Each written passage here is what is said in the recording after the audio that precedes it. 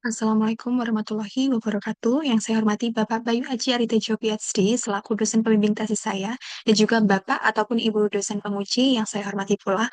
Perkenalkan, pada kesempatan kali ini saya Rulin Tasis Kasriandari dari MMU Yogyakarta akan mempresentasikan mengenai hasil penelitian tesis saya yang berjudul Analisis Faktor Pembentuk Sikap dan Niat Beli Konsumen Terhadap Kosmetik Hijau.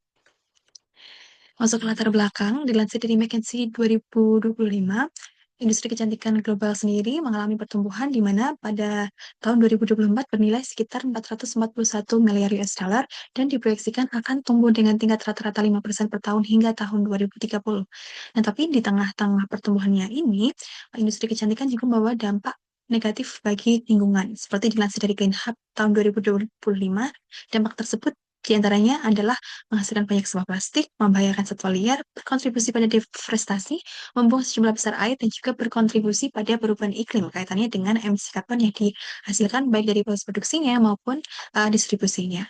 Nah, dari adanya fenomena-fenomena ini, dampak negatif yang ditimbulkan, maka ada pergeseran tren pola konsumsi masyarakat menuju pola konsumsi yang lebih berkelanjutan. Dilansir dari PwC Voice of the Consumer Survey 2024, konsumen melaporkan bahwa mereka secara langsung merasakan dampak dari perubahan iklim, sehingga mereka semakin memprioritaskan aspek keberlanjutan dalam pola konsumsi mereka. Kemudian, Bain& Company 2023 juga menyatakan bahwa konsumen di pasar yang berkembang, contohnya seperti di Indonesia, menunjukkan kesediaan untuk membayar lebih mahal sekitar 15-20% untuk produk yang berkelanjutan. Nah, dalam konteks industri kecantikan sendiri, dilansir dari McKinsey Beauty Consumer Survey 2025, 11 konsumen global sudah menunjukkan preferensi terhadap merek kecantikan yang berkelanjutan.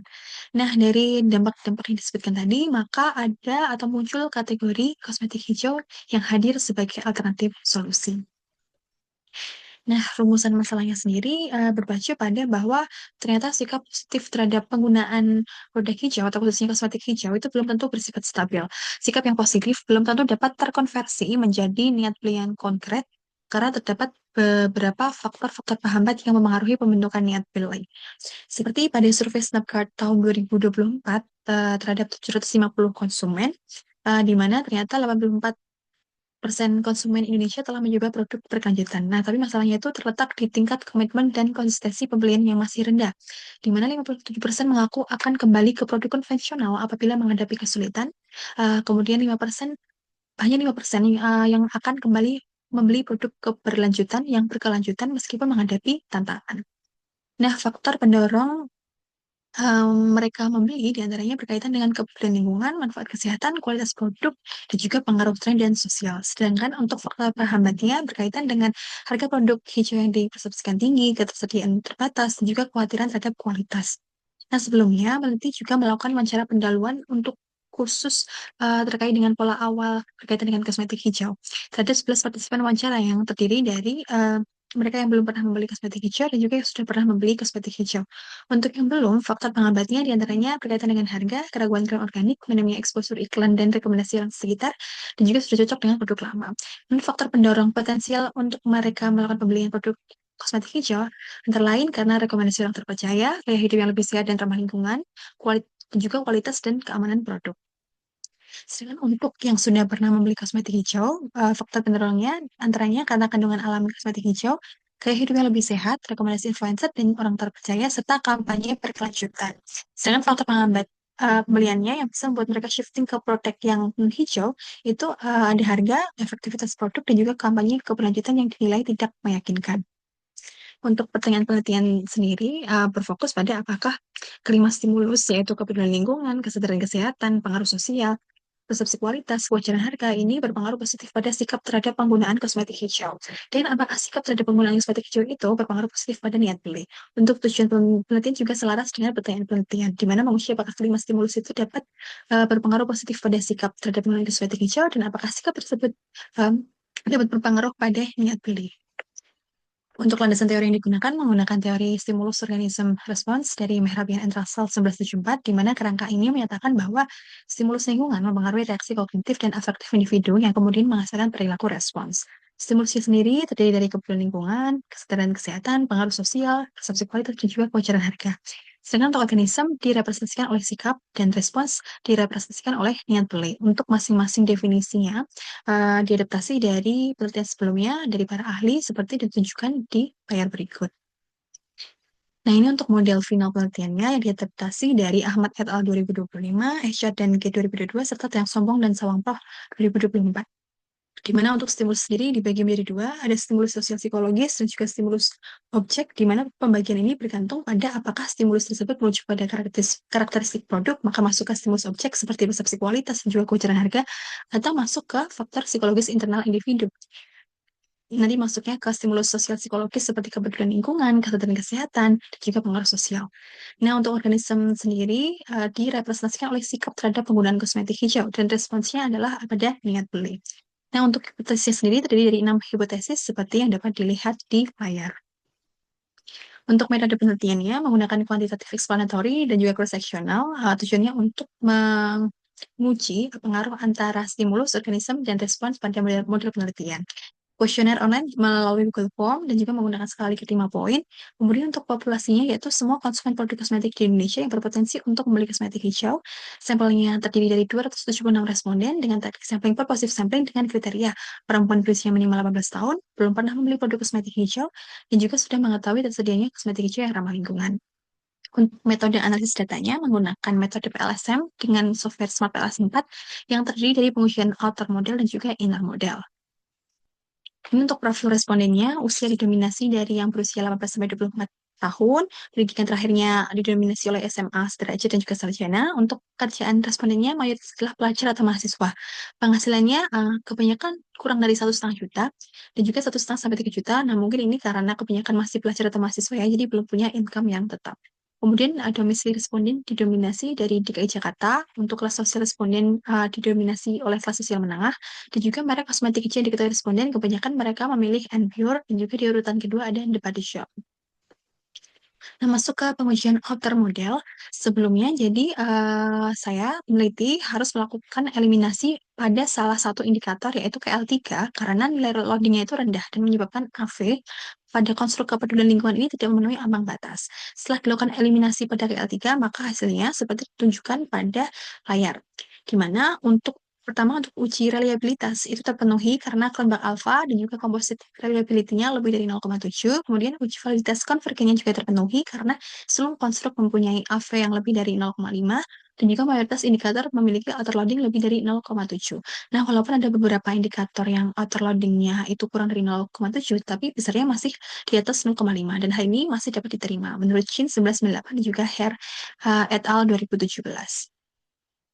Nah, untuk validitas diskriminan sendiri, dari nilai cross-loading-nya, Fornal Likert-nya, HTMT-nya, semuanya memenuhi kriteria, sehingga dapat dikatakan bahwa instrumen yang digunakan juga lolos uji validitas diskriminan. Nah, kemudian untuk uji statistik deskriptifnya, seperti yang ditunjukkan di layar, di mana seluruh variabel penelitian menunjukkan nilai rata-rata yang berada pada kategori tinggi hingga sangat tinggi. Nah, hal tersebut ini mencerminkan bahwa responden secara umum menunjukkan persepsi yang positif terhadap aspek-aspek yang berkaitan dengan kosmetik hijau. Nah, kemudian untuk hasil inner modelnya, yang pertama mengenai multikolineritas, tidak terdapat gejala multikolineritas karena seluruhnya mempunyai nilai VIF-nya kurang dari 5. Kemudian untuk efek size atau F-square, untuk hampir semua stimulus ini berefek kecil, kecuali pada kepedulian lingkungan yang memiliki efek kecil menuju sedang. Sedangkan untuk sikap terhadap penggunaan kosmetik hijau pada efeknya pada niat beli, ini efeknya besar ya. Nah, terus kemudian untuk R-square sendiri masuk ke kategori moderat, kemudian untuk Q-square karena di atas 0 maka memiliki prediktif relevance yang baik, dan juga untuk model fit dilihat dari SRMR mempunyai nilai 0,082 dan ini masih kurang dari 0,1 sehingga memenuhi kriteria model fit yang baik. Nah, ini untuk hasil pengujian hipotesisnya, keenam-enamnya semuanya diterima. Dengan stimulus yang paling kuat itu ada pada kebutuhan lingkungan. Kemudian sikap terhadap niat beli juga menunjukkan efek yang sangat kuat. Nah, kemudian untuk pembahasan hasil pengujian hipotesisnya, yang pertama mengenai berkaitan dengan kepedulian lingkungan, bahwa konsumen dengan tingkat kepedulian lingkungan yang tinggi memiliki kecenderungan untuk menunjukkan preferensi yang lebih kuat juga terhadap produk hijau, termasuk kosmetik hijau. Nah, temuan ini juga sesuai dengan penelitian-penelitian terdahulu. Kemudian yang kedua, kaitannya dengan kesadaran kesehatan. Individu yang semakin peduli pada kesehatan pribadinya akan cenderung memilih produk kosmetik yang dianggap aman dan tidak membahayakan tubuh dalam jangka panjang. Nah, hasil ini juga selaras dengan penelitian sebelumnya. Nah, kemudian kaitannya dengan pengaruh sosial, lingkungan sosial seperti teman, keluarga, bahkan influencer di media sosial ini mempunyai peran yang sangat signifikan dalam pembentukan persepsi dan juga sikap konsumen terhadap kosmetik hijau. Temuan ini juga sejalan dengan penelitian yang sebelumnya. Kemudian kaitannya dengan persepsi kualitas, ketika konsumen itu menilai kosmetik hijau mempunyai kualitas yang baik, efektif, dan aman, maka konsumen juga cenderung akan mengalami pembentukan sikap yang lebih positif pula terhadap produk tersebut. Hasil ini juga selaras dengan penelitian-penelitian terdahulu. Nah, kemudian kaitannya dengan kewajaran harga, konsumen cenderung akan membangun sikap yang semakin positif terhadap produk ketika mereka menilai bahwa harga itu kosmetik hijau itu sesuai dengan manfaat, keamanan, dan juga nilai-nilai keberlanjutan yang ditawarkan oleh produk. Temuan ini juga sesuai dengan hasil penelitian sebelumnya. Kemudian kaitannya dengan sikap, jadi sikap yang lebih positif merepresentasikan evaluasi afektif dan kognitif konsumen yang positif terhadap produk kosmetik hijau, sehingga mendorong terbentuknya niat beli sebagai respons perilaku. Nah, untuk kesimpulannya sendiri, kepedulian lingkungan muncul sebagai stimulus yang paling kuat begitu ya. Jadi, kepedulian lingkungan ini menjadi faktor dominan dalam evaluasi internal konsumen. Kemudian, kaitannya dengan kesehatan, konsumen yang lebih peduli terhadap kesehatan pribadinya akan cenderung menunjukkan sikap yang lebih positif terhadap produk yang dianggap aman dan minim bahaya bagi tubuh, seperti kosmetik hijau. Kemudian kaitannya dengan pengaruh sosial, dukungan, dorongan, maupun rekomendasi dari lingkungan sosial termasuk media sosial dan influencer ini juga berkontribusi pada pembentukan sikap positif konsumen terhadap kosmetik hijau. Kemudian kaitannya dengan persepsi kualitas. Nah, walaupun kosmetik hijau ini mengandung nilai etis dan lingkungan, tetapi konsumen ini tetap mengevaluasi produk berdasarkan pada kualitas yang dirasakan sebagai dasar dalam pembentukan sikap. Nah, ketika mereka itu menilai bahwa kosmetik hijau memiliki kualitas dan performa yang baik, tidak kalah dengan produk yang non hijau, maka juga akan berkontribusi pada pembentukan sikap yang lebih positif dari konsumen. Kemudian kaitannya dengan kewajaran harga, um, ketika konsumen merasa bahwa harga kosmetik hijau sesuai dengan manfaat dan nilai keberlanjutan yang ditawarkan, maka mereka akan menunjukkan sikap yang lebih positif pula.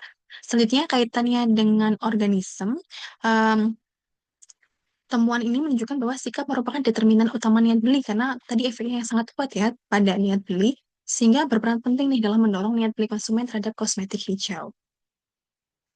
Ya, kemudian mengenai implikasi manajerial sesuai dengan hasil dari temuan pada penelitian ini, maka implikasinya yang pertama kaitannya dengan kepedulian lingkungan, maka perusahaan dapat mengintegrasikan aspek lingkungan ke dalam nilai utama yang ditawarkan. Kemudian yang kedua kaitannya dengan kesadaran kesehatan, maka perusahaan dapat memperkuat peran aspek kesehatan dalam proses evaluasi produk oleh konsumen. Kemudian yang ketiga kaitannya dengan pengaruh sosial, maka perusahaan dapat memanfaatkan pengaruh dari lingkungan sosial konsumen ke dalam strategi pemasaran.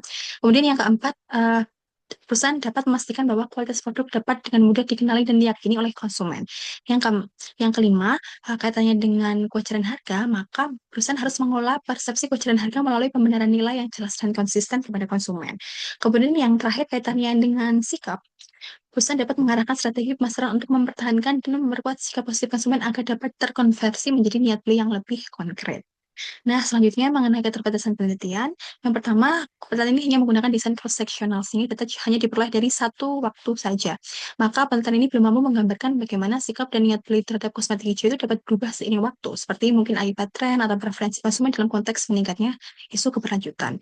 Nah, yang kedua, penelitian ini juga hanya menggunakan variabel-variabel psikologis tertentu nih, sedangkan banyak faktor-faktor lain dalam ranah konsumsi keberlanjutan yang menarik untuk diteliti, tapi belum dimasukkan ke dalam model penelitian. Kemudian yang ketiga kaitannya dengan sampel yang digunakan pada penelitian ini, di mana hanya menggunakan sampel perempuan yang membuat hasil penelitian ini mungkin belum sepenuhnya atau kurang representatif uh, perspektifnya gitu dan mungkin berbeda dari konsumen laki-laki yang mungkin memiliki pola konsumsi atau persepsi yang berbeda pula. Nah, untuk saran penelitian yang mendatang, mungkin yang pertama, peneliti dapat mempertimbangkan untuk menggunakan metode longitudinal untuk menangkap perubahan sikap dan niat beli konsumen dari waktu ke waktu. Karena kita tahu kaitannya dengan kosmetik, keberlanjutan yang punya tren yang mungkin bisa berubah sewaktu-waktu. Terus yang kedua, kaitannya dengan menambahkan variabel-variabel lain gitu ya, relevan dengan perilaku pembelian produk hijau. Seperti mungkin isu greenwashing dan lain-lain.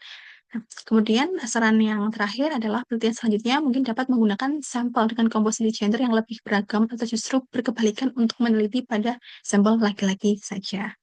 Sekian presentasi dari saya, kurang lebihnya mohon maaf. Wassalamualaikum warahmatullahi wabarakatuh.